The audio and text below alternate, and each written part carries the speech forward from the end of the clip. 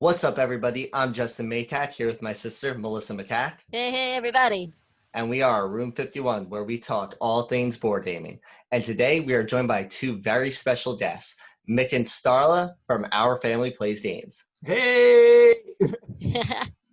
Yeah, we were really excited to have you both, so thank you so much for answering the call to be on the show. Yeah, absolutely. Very excited for this. Well, we really wanted to come on board because, we saw, I saw Jen, the board game librarian. Yes. And you guys were talking about it. And I said, well, it needs to be a little bit more of an aspect about, trying to get people of color. Because that, when we started, that was the first thing we talked about. When you come to our channel, that first welcome video saying, hey, we want families in it, but we specifically want people, families of color involved in this hobby. Yes. So, right. And Mick, you brought this topic up to us because we did a call out for anyone, content creators, non-content creators, to just have a conversation with us. So I really liked this topic of bringing families of color into the hobby. And that's really what our topic is going to be about today. So I guess we could just get started and kick it off with you two. Just like you said that you talk about this on your own channel, and this is what you're all about. How do you go about bringing families of color into the board gaming hobby? So, well, just having our own YouTube channel is one of the things that we know is helping other families out there who may be a little afraid to get into the hobby or kind of shy about going out and playing games. We're that change that we were looking for, because we started this because we didn't see families of color out there. We didn't see a lot of families, period. When we would go to different gaming cons, we didn't see families. We saw a lot of men, maybe a few women, but some small children. But we have a teenager, so we wanted something that he could participate in as well. So we kept looking for that, through YouTube and out there in the hobby. We didn't see it. So this year we said, hey, we're going to be the change we're looking for. We're going to put our channel out there, tell people about our experiences and what we love about the hobby. Hopefully that'll encourage other people. But in the past, prior to that, we've actually participated in and helped run a couple of game cons. We did with some churches in Houston, trying to get more people of color by going to the church to see if we can get more people to understand what the hobby is about so they can play more games. And that was successful. So that's one of the things we know, that if we can get involved with churches and youth groups and maybe some fraternities and sororities, that will also help us increase, people of color in the hobby. Because, a lot, the communities of color really don't know about this. You have to really, we need people to reach out to them, from content creators, publishers, designers, reach out to communities that you really would never reach out to. The schools need people to help out, and community centers. Reach out, talk to them, touch them, say, hey, we got some great board games here you can play. So, All right. Absolutely. Yes. I love that. Oh, just go for it. I was just going to say that, the two of you have been killing it in terms of content creation. Thank you. That's number one. But you brought up about the bigger conventions and how it's so many just white guys. Is it a marketing thing, you think, that the bigger conventions need to be doing? Is it marketing and doing outreach to people of color communities and things like that? Or is there something within the cons that need to change? Is there a culture within the cons that's problematic? I think marketing, of course, always helps. I'm a marketing professional. That's what I do for a living. It's what I've done for years. So marketing, of course, always is the key. But a lot of things we need, one of the things we need is a presence. You need to go to a con and see people of color there, because other people of color, and we've heard comments from people on our channel saying, hey, I don't want to go there because I know it's not going to be any people like me there. So us going to cons, we're a presence there to say, oh, okay, there are other people there. I can feel more comfortable. So that's something they need to do. Marketing, encouraging more people to come out.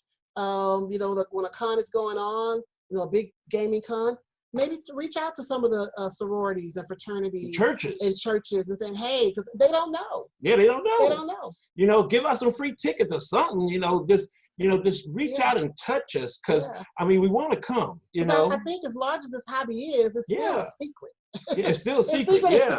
Especially in our community. Communities of color is board games. What are you talking about? Monopoly? Yeah. No, we're not talking about Monopoly. How many games you got? You got that many Monopolies? No, we don't have that many Monopolies. No, we don't. No, we don't. It's a marketing thing, I think. Yeah. I think for sure. I think even what you're touching on with board games, it's already sort of a niche hobby, right? It's not all that huge. And then on top of that, we're not even reaching people of color at all, almost. And you're right. I think like just what you're talking about in terms of like, we wanted to be the change we wanted to see, right? So we're going to the conventions. That way other people could see us and like, yes, we are here. So absolutely. I was even thinking in terms of marketing, like theming of games. And I don't know, right? Because I'm thinking in terms of for specifically families, you're thinking a lot of times gateway games, right? So the type of gateway games that come out and the themes that come out for these gateway games, I don't know. Are families of color interested in those themes, like Ticket to Ride? I don't know. Are families of color into trains? Or is it really just like a white family kind of thing? Families of color, they're not a different animal. Right. They're still human. And that's why we're human now. We're human. That's one of the things we say on our channel, that Ticket to Ride is one of the #1 games for us, for families, because everybody has had a ticket to something. Yes. Whether it's a train, a plane, bus, theater. So you understand this ticket and doing something that's getting you to a destination. So everybody understands that concept.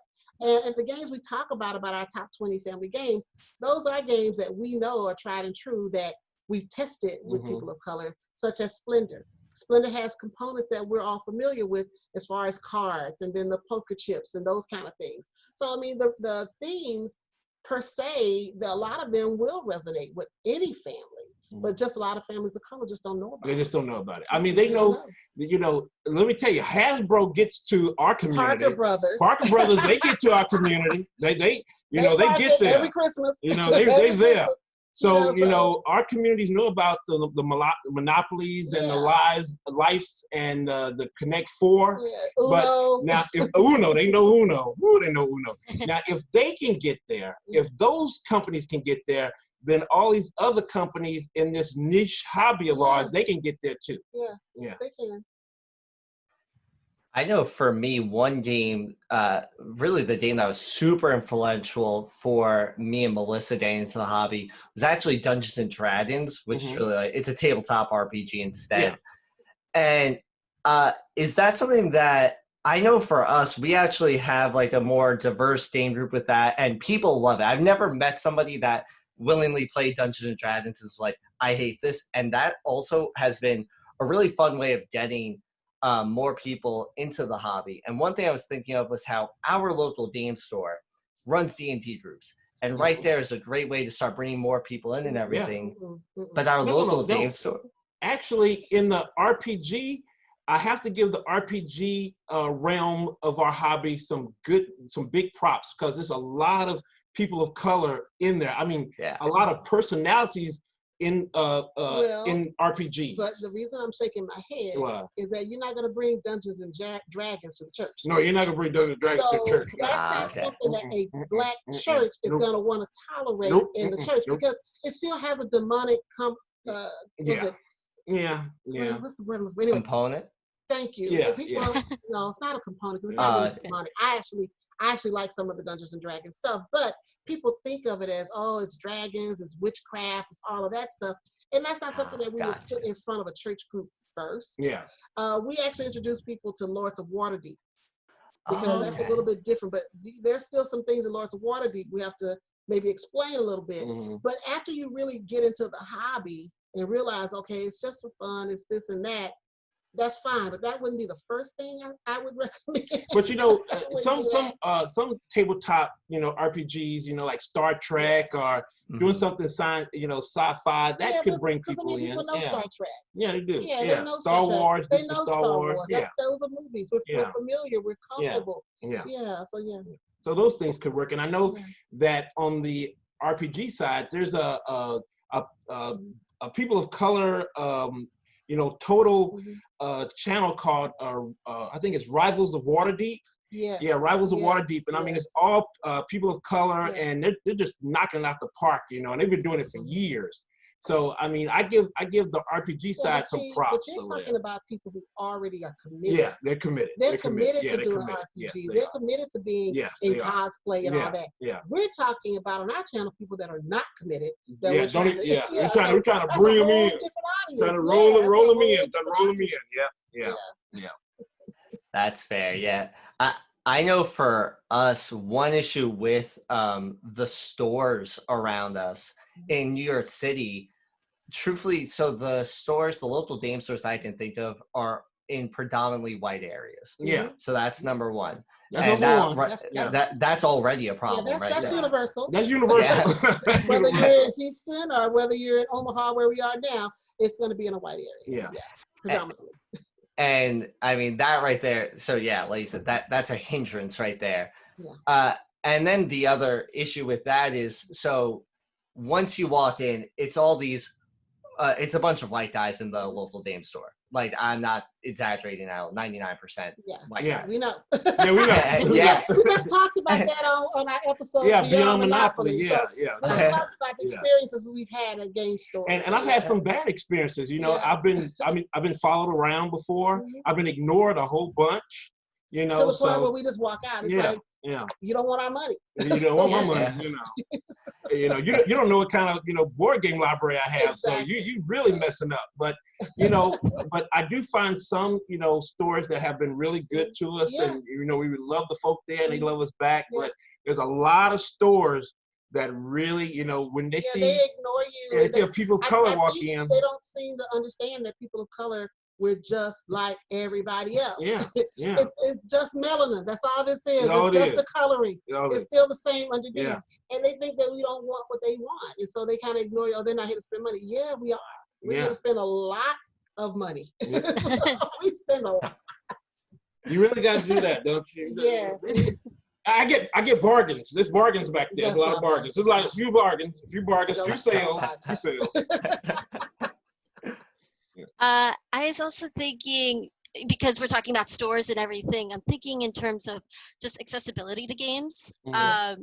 And I know there's actually sort of a move, right? I'm seeing now, okay, games are actually showing up in Barnes & Noble, in Target, things like that. Yeah. Do you think that could potentially help bringing more families of color into the hobby? Oh, definitely. Oh, definitely. Yeah, but they have to know about it, because if, like I said in before to people, if they move down and see, Ticket to Ride and some other games, it's like, oh, they look pretty hard, and then they look at the price tag for some of them. They're like, ooh. And then they look down the aisle down there and they see, Hasbro and all those nice, Uno cards. You get 2 games for $20, So they kind of move down that way. We want to prevent them from moving down that way. Yeah, and say, hey, even though this game is $40 or $60, it's an investment. It's an investment. Yeah, it's an investment. Yeah, but we need to know about it. So there has to be a marketing component to get people to understand. Yeah, and more push into our communities. Yeah. It needs to be a push in the community saying, hey, these are some great games, find some organizations that do things with kids, start early, start messing with them kids early and kind of, bring them on in. Helping the kids understand. Yeah, I think that's huge, right? Because, when you think of families, you're also thinking of children and getting children into the games, and then like putting it on the lower shelf so they could see it, that's true. Yeah, and some of the card games out there, it's some good card games out there that could bring them in too. Yeah. I know I was talking to one of my friends the other day, and I asked him, like, all right, so for the shops that are already, like, they recognize now, okay, we have a problem. They're looking around the shop after listening to this podcast and like, all right, there's only white guys in here, they're right. So I asked him, what do you think they should do? And his response was really like, you gotta go into the people of color areas. Maybe if you can't move your shop, which I'm sure a lot of people can't, do some sort of outreach into those areas, host events in those areas, like maybe find the library there. I think that was a solid answer, in my opinion, like to host events. That's a solid. I mean, the library is a good place to go. Yeah, libraries. I guess community centers. You know, that's the best place to go. And the why. You know why? Because I mean, it's a lot of activities that people are just starving to find, especially this time where you're kind of stuck in the house. Yeah. You know, you're stuck in the house, and if you know, a lot of our community, you know, our communities knew about this. Woo, man, that was good old time. Because right now they stuck looking at TV or something like that. Or those kids are on those screens, on those Nintendo and PlayStations and our computers. Yeah. Get them off of that. Get them on the table and play some games with the family. Yeah. Yes. So that's the way to do it. Yeah, absolutely. I'm even thinking of like Board Game Arena, where I find that to be a pretty affordable. It's like $4, I think, or $2, something like that for a month. You can start playing board games right there. They're on the screen anyway, right? Because they're on the screen. So might as well like, hey, well, look at these board games, and then possibly you could switch them over into physical board games just from there. Yeah, because you know, like we are associated with, we work a lot with this young lady named Jade Rogers, and she runs this organization in Omaha called House of Afro Capes and Curls, and it's kind of like a black nerd society where we try to find other people that you know kind of act like us. You know, they love you know nerdy things like Doctor Who and Star Trek and comic books and cosplay, things like that.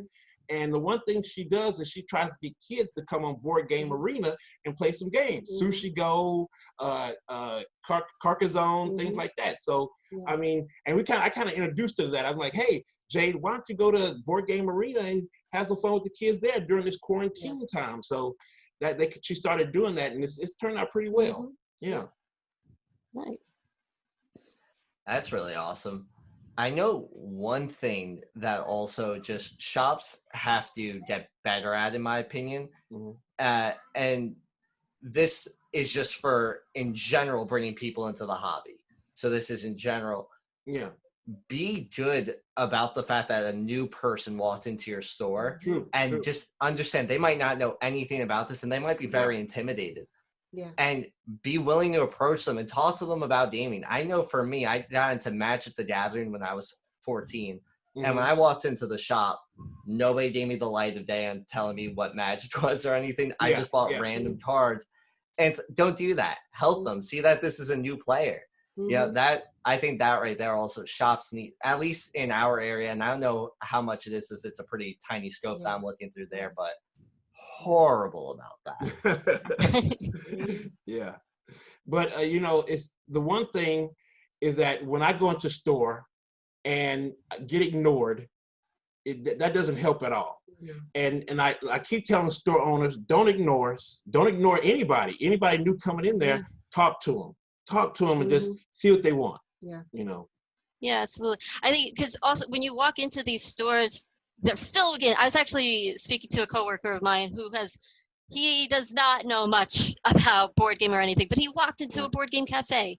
And I know he's a black man, and nobody helped him. He was talking about that. But he was super intimidated because just by the mere fact of like looking at all these board games, like, oh man, this is overwhelming, right? Like he pretty much walked out like, okay, that was cool, but like I don't know anything about it. And I think if somebody would have just came up to him like, hey, how's it going? You know, like just be a normal person and welcoming. I think you should want your store to be welcoming just in general, I think. So so you know, it was such a missed opportunity because I could tell, like, because he talked to me about it sometimes, and I could tell that like he kind of wants to get into it, but he just doesn't quite know how or where and everything. So but you know, the one thing, we have a really cool board game cafe here called Spellbound Board Game Cafe. And the one, I know that there was a, on Facebook, it was a African-American organization saying, hey, where could you have a good first date? I threw in Spellbound. I said, hey, go to Spellbound with your date, have some fun, have some drinks, play some games. You know, hey, that's a great place to go. And you know, the owner, I know the owner. He said, hey, you know, we're here, we're available, we'll help anybody, anytime, any place, whatever. Just come to the cafe. And I'm like, say, have some dates. And I'm encouraging him to reach out also. So, and have, you know, try to get some people in there. That's really fantastic. That's really cool to have like a store like that around. That's awesome. Yeah. It is. I heard that in Times Square here, so in Manhattan, Times Square, which is a very central hub. It's easy to get to no matter where you are in the city. They're apparently trying to start having like a board game library that would be free where you can like rent from. I was hearing about that. I don't know if it's true or not.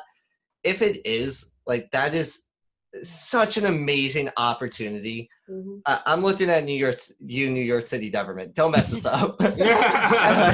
Please, that is such. Have teachers around. Have people that can teach games, because there's gonna be a family that shows up and says, "Well, this is cool." You know, they're with their kid. They're prime targets. Get them a game good for them, and help them learn it and help them play it.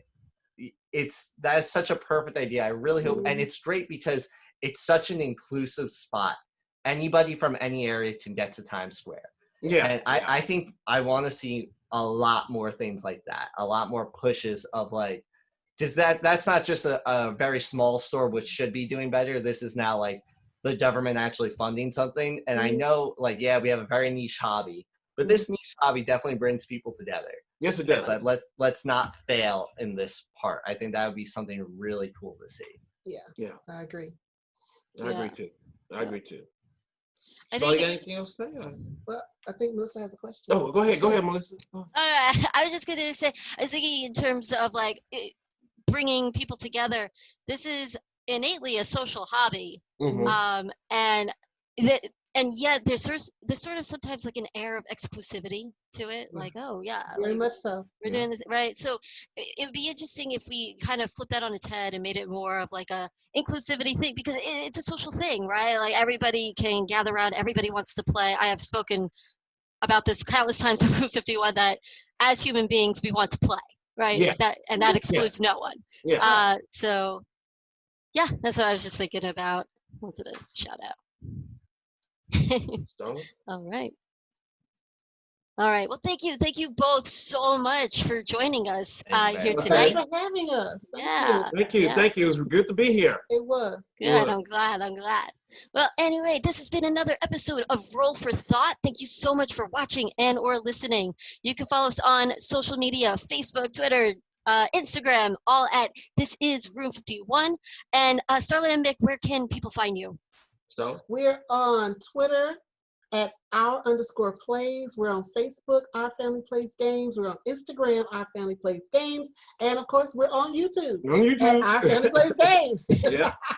Yes, definitely check them out. They are awesome, wholesome, amazing. Thank you. Thank you so much for having us. Catch you next time. All right. Bye. Bye.